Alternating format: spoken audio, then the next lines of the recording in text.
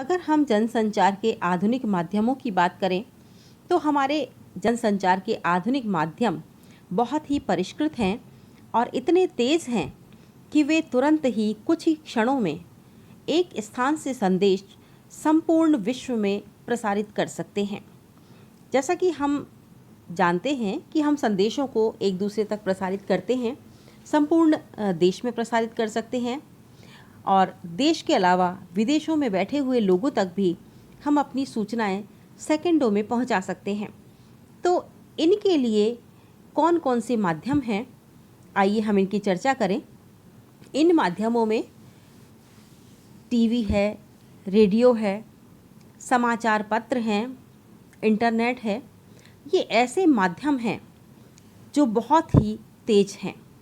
आप देखते हैं कि समाचार पत्र सुबह सुबह सभी के घरों में आता है और एक साथ जो सूचना है, संदेश है या खबरें हैं, सभी एक साथ पढ़ लेते हैं उसे और सभी को एक साथ उसकी जानकारी हो जाती है।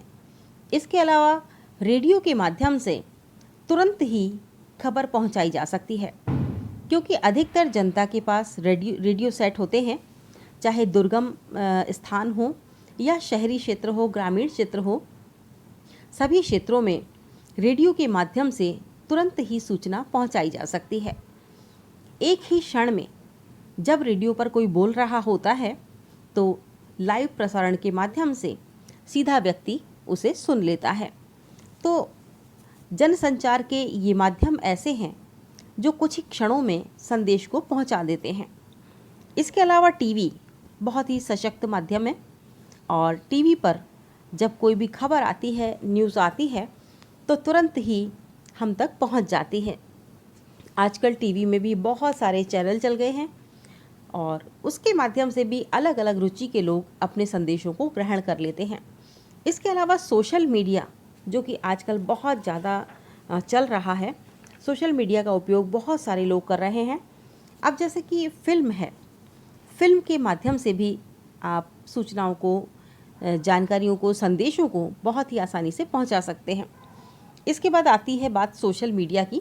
तो सोशल मीडिया में जैसे इंटरनेट है, तो इंटरनेट के माध्यम से भी सूचनाएं बहुत जल्दी वायरल हो जाती हैं और व्यक्ति जब भी इन सूचनाओं को देखना चाहता है वो अपने मोबाइल पर इन सूचनाओं को देख लेता है।